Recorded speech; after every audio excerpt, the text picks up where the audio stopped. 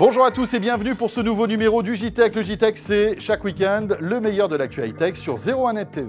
Et l'actu high-tech cette semaine, c'est tout d'abord cette innovation signée Orange. Un vidéoprojecteur insolite, le Block.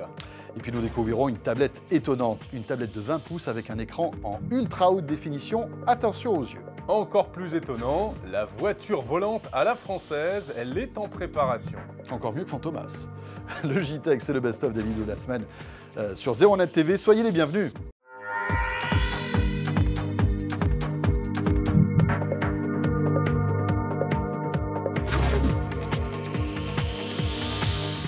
Et oui, le fameux Block dévoilé il y a quelques mois par Stéphane Richard, annoncé par l'opérateur Orange.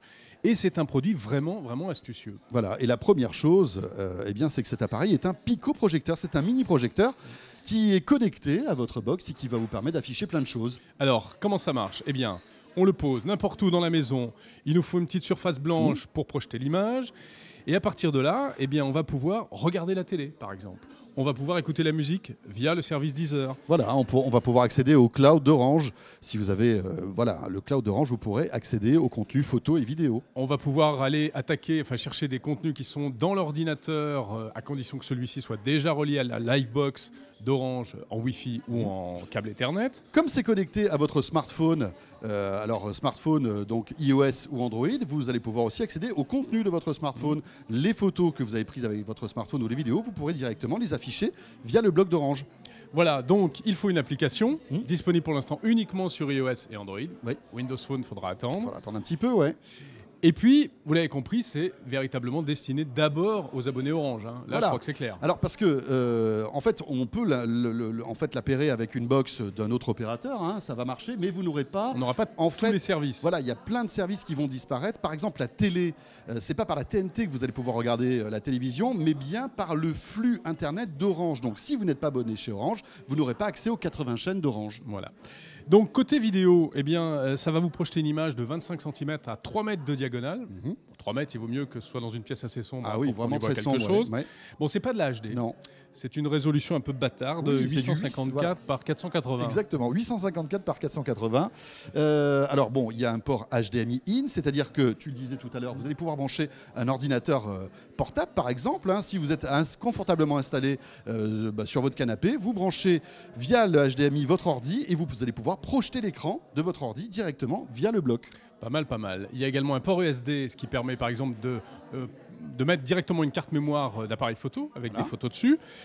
On va projeter les images sur l'écran et on va piloter tout cela toujours depuis son smartphone. Voilà, il y a un port USB aussi, de la même manière, si vous avez des photos ou même des vidéos. Des vidéos sur une clé USB, sur un disque dur externe. Vous pourrez les regarder parce que ça fait lecteur multimédia à l'intérieur. Et ça fait également enceinte sans fil, en fait. Donc c'est une petite enceinte qui a été conçue, nous a-t-on dit, en collaboration avec Cabas, grande marque française de hi-fi. C'est stéréo.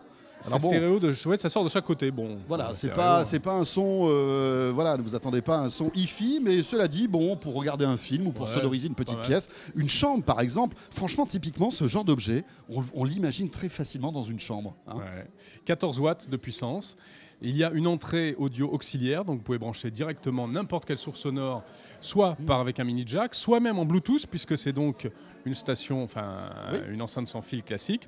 Et on peut même, si on le souhaite, il y a une sortie audio pour envoyer ça sur un ampli un peu plus musclé. Alors il y a une batterie à l'intérieur, ce qui fait que vous allez pouvoir être complètement autonome. En mobilité, ça marche.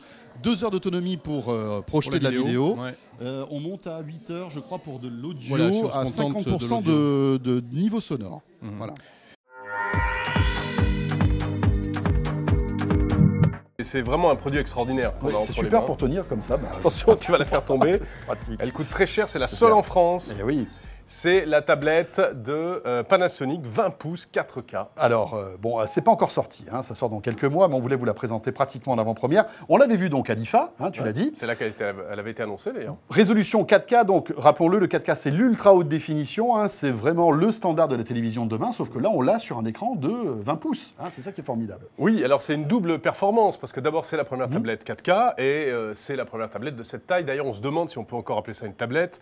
On a plutôt l'impression, quand on le transporte, c'est une table. Oui, c'est plus une tablette, c'est une table. On a plutôt l'impression d'emporter son PC sans le clavier. Voilà, 2,5 kg quand même. Hein, donc autant vous dire que c'est un peu plus lourd qu'une tablette conventionnelle. Ça tourne sur Windows, vous l'avez vu, hein, Windows 8.1 qui a été installé, puisqu'à l'intérieur, c'est un vrai ordi avec un processeur Intel Core i5. Il y a une carte graphique donc GeForce. Vous avez 256 Go de mémoire, hein, donc c'est de la SSD. Hein. Et puis voilà, ça peut faire aussi sac à main pour Jérôme. C'est plutôt rigolo. Un port USB 3. Un seul. Bon, cela dit, ça suffit. Oui. Après, tu peux bidouiller. Un lecteur de carte qui vous permet d'augmenter en fait la capacité mémoire de cet appareil. Ça fonctionne avec un stylet aussi. Oui, exactement.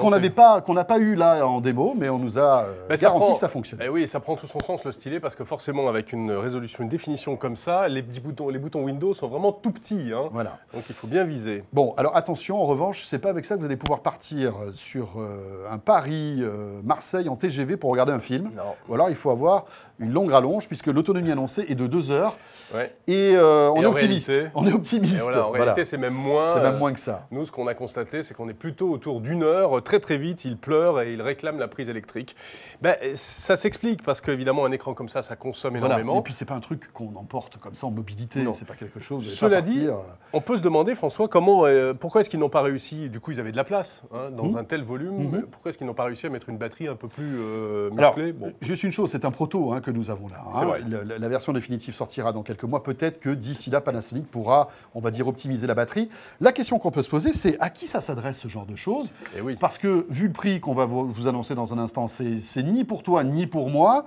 C'est pas avec ça qu'on regardera des films dans un avion. T'imagines, t'es en écho, tu te fais ça comme ça. Mais c'est pas fait pour. De l'autre côté, il a plus de place en fait. C'est pas fait pour. Clairement, c'est pas pour la maison, c'est pas pour les particuliers. C'est une tablette de pro. Bien sûr. Alors, par exemple, on pense à des architectes.